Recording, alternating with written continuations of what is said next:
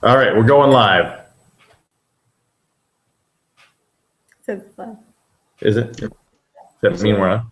The I little don't live know. button? Is anybody watching? I don't know. Is there? What can we do? Oh, yeah. Oh, Oh, we got a hand out there. All right. It's my wife watching. Hi. And she's actually not on the computer. She's directly behind us right now. You can't see her, but trust us, she's there. And Bridget's boyfriend is here too. He's off to the side. He's saying, please do not get that close to her. So I'm trying to keep space. I'm lonely by myself. What's that, John? I said, I'm lonely. I'm all by myself. You need to get your own live audience. Down here. Or you can come down here. Sandy said, come down here. We miss you. We miss you, my wife just said. Oh. I know. She wants to give you big hugs. So tonight I've got an issue that has been all over media. And I know that there's a lot of different opinions on this. So I'm going to throw the short version out there. And then not only do I want to hear from you, John, and you, Bridget, but we would love to hear from you watching, just because I'm so curious on where people stand on this, because it really is something to think about. First, the basics. There's a woman by the name of Brittany Maynard, who's 29 years old. She developed a brain tumor a little while back, and unfortunately, the brain tumor started getting worse, and her diagnosis was that she was given 6 months to live. The type of brain tumor that she has basically takes over your brain and debilitates your body piece by piece. And when I say piece by piece, it's actually large chunks. Just up until recently, she was trying to run down a bucket list of things she would like to do before she passes away. And one of them was the Grand Canyon. And just after the trip coming back, she had a major seizure so bad that it put her into a temporary, I think it was a 2-day coma. And when she came out of it, she couldn't speak. So she had to, over the couple of days, regain her speech back, which she did, which was good. But Brittany also lives in Oregon, which is the state that has, it is legal for you, should you choose to do so, to take your own life if you have a type of illness. And I don't think they're very specific on the illness. I think it can be pretty much whatever, like even if you said Mental? I had mental illness, or if I had MS, or if I had something. They do make you have a statement, though, and it's good that you brought that up, that you do have to be of sane, sound mind and body before you can make this decision and receive the prescription in order to end your life. But the question is tonight, should there be that allowance for people to be able to end their own lives, or shouldn't there be? And if so, should there be guidelines put forth for it? And it's such a controversial issue, but let me give you, before you answer, let me give you a quick background too, that up until just recently, she planned on doing it on a very specific date and time.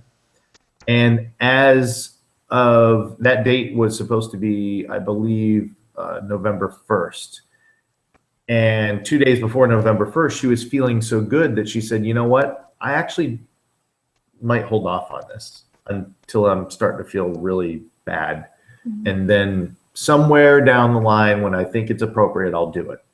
Well, something happened within 4 days that she decided to take her own life. And as of this past Saturday, Brittany Maynard, 29 years old, did take a large amount of barbiturates and passed away. She had her family at her bedside. She said some beautiful parting words about the world should always be positive, go forward, and she loves us all. But so that's the question tonight. Ladies first, so we'll go with Bridget and thoughts. Okay. No, I was actually talking to Jeff's wife earlier tonight, and we were talking about how it's very controversial. How do you choose a side? Because we believe in God, and we believe that God is the only one who can give and take life away. Of course, that's why I'm pro-life. But at the same time, He doesn't want us to live in pain. So it's really hard. But we also discussed, so then how do you feel about the DNR? How do you feel about do not resuscitate? Because then technically we should all sign them, because God said it's time to go, and we're going against God, and we're using medicine and science to bring us back. So it's really a fine line. Clearly I'm for life, but I can't say that because I'm not in that situation, and I just can't imagine watching someone I love suffer. So that's Yeah. I am. John? Man, that's a deep one. Yeah. I believe that a lot of people want to have a stake. That's what makes it so controversial. They want to have a stake in saying what other people should do. And most of the people, lawmakers or whatnot, that want that stake in other people's lives, most of them haven't even had to deal with anything as extreme as what Brittany went through. So I believe it should be up to the person that is going through, because I don't know what kind of pain they wake up in. I don't know what it's like to forget everything and have to relearn, and what kind of frustration that is. I get frustrated when a Hot Pocket don't cook all the way through. So I can't imagine. And I mean, I'm making a joke, but I can only imagine if I couldn't speak one day, or I couldn't walk one day, and it was constant back and forth between that world. I mean, no, I don't know. And like my sister, she passed away. She was diagnosed schizophrenic, and what she took did not kill her, but it took her like about 3.5 weeks to die, because what she took made her sick. There were some misappropriation things happening at the hospital that she was initially at, and it didn't help. But being in the family and watching someone take that long, and things stop and fail, and you got hope, and then you don't, and then you do, and then you don't, it is one of the most, because you can't do anything, you know. And that's my mom and dad watched their daughter die slowly, and your dad's power, you know, my father was.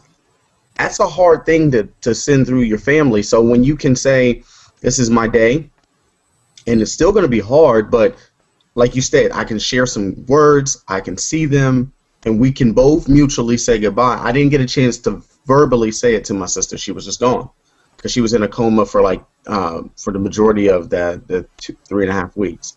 So she got to say goodbye on her terms, and I think everything else, like you said, will be up to God, you know, as far as if what she did was right. But it does say God is a merciful God, and I don't think he wants us to go through pain.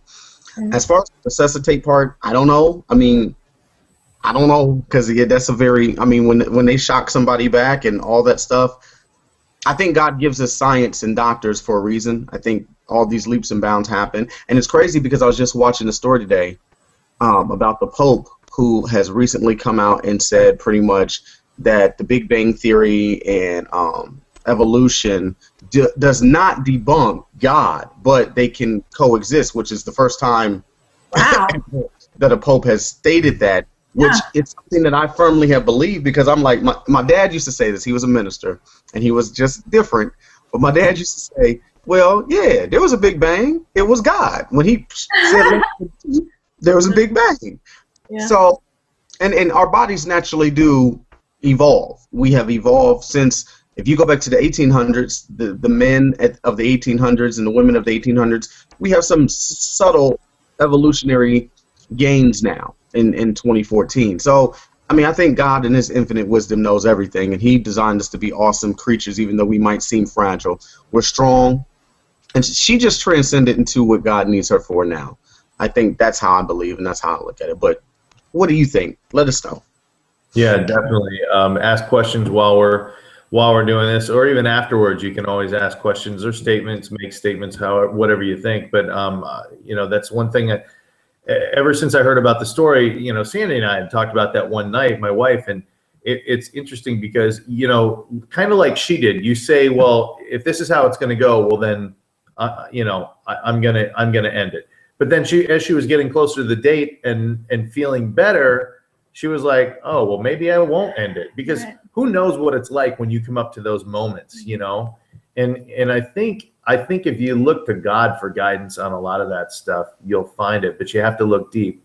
That's the only thing that I feel bad about, is that, you know, I said to somebody earlier today, I said, well, it's a shame she didn't find God before she left, because she was all about give positivity to the universe and everything like that. So it kind of said to me that she wasn't religious at all, because she'd never mentioned in any of her videos or statements anything about God.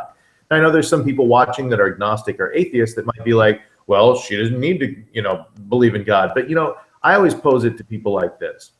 If you've ever went out and bought a lottery ticket or a scratch-off ticket, and you went out just because there was that slight little teeny baby chance that you could win something, can you imagine that at the end of your life, if there was that slight teeny baby chance that you could end up in a place called heaven, where there's no suffering, there's no dying, everything is amazing, and you're with a person who loves you that died for you.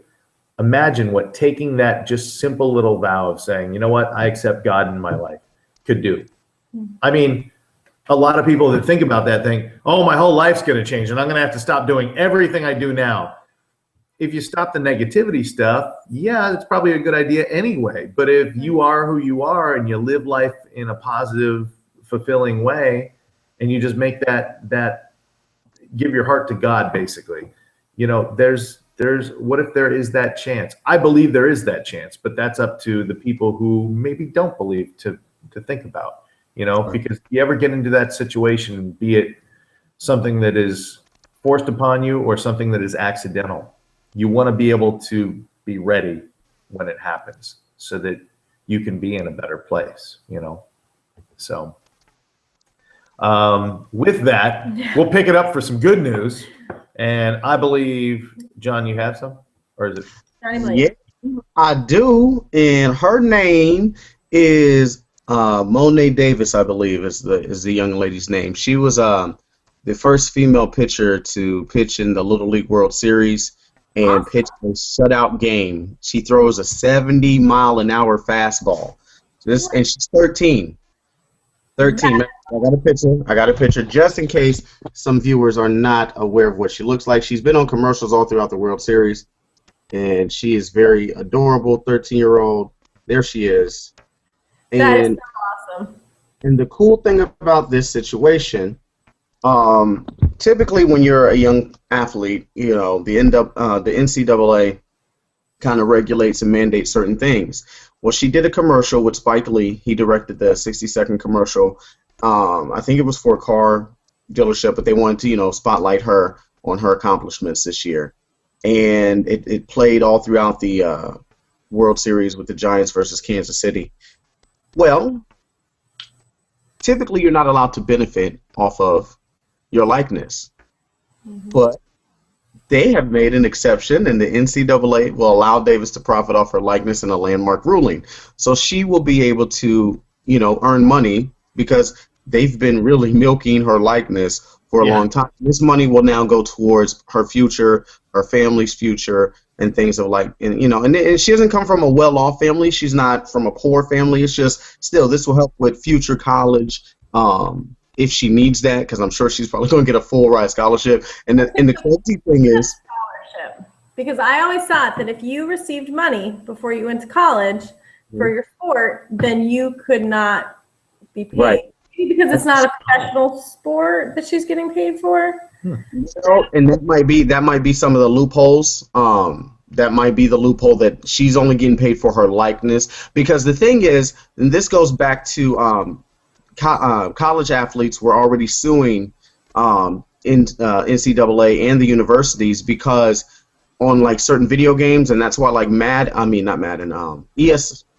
EA Sports can no longer use NCAA as far as the football game. It does not exist anymore. And the reason being is the athletes won their lawsuit because they were using the numbers, likeness, and attribute stats and abilities. And so when that got overthrown, this kind of made way for things like this because she's not getting paid for the sport. She's actually getting paid for her likeness being utilized to push the sport because she plays it. So, and it's not like a whole bunch of money. It's not like millions, but still, I thought it was just really kind of cool that a young person, we hear so many bad stories about 13-year-olds, 14, 15, teenagers, they're the youth today. Well, she's focused. And I want to say this, because Jeff, I know you have children. Bridget, I know you have, you know, family and stuff. There's a lot of good kids in this world. It's just a few bad apples spoiled a bunch. And I want to highlight in good news, these good kids doing good things. There's good kids everywhere. Now, might be some bad ones, but that's every generation. We all have bad kids around us. So, John, I think you actually, the fact that you brought her up is awesome because she really, truly is not only a talented little girl, but she's a beautiful little girl too. But I think you're kind of missing the real issue at hand with that. what? The fact that she's a girl and she beat all those boys and they're going to have to live with that the rest of their lives. All the other guys are going to be going, a girl struck you out. You're nothing. That's That's one of the things I love about the commercial, because at the end, like right at the end of the commercial, she's like, "Yeah, I'm Monet Davis, and I throw a 70-mile-an-hour fastball. I throw like a girl." I'm like, and I loved it. I'm like, okay, there you go. 70, because if anybody knows anything about a fastball at 13, 70 miles an hour, just imagine when she's 18 or 20. And I want to see this, and I'm going to say this, and I know some sports guys and sports fans are going to be mad at Blaze. It's fine. Leave your comments below. I want to see sports integrated. I'm sorry. I think that a woman can shoot a three just like a guy, so why can't she play in the NBA, not the WNBA? It's the National Basketball Association, not the MNBA for the men's. And we all separate, and women can play baseball.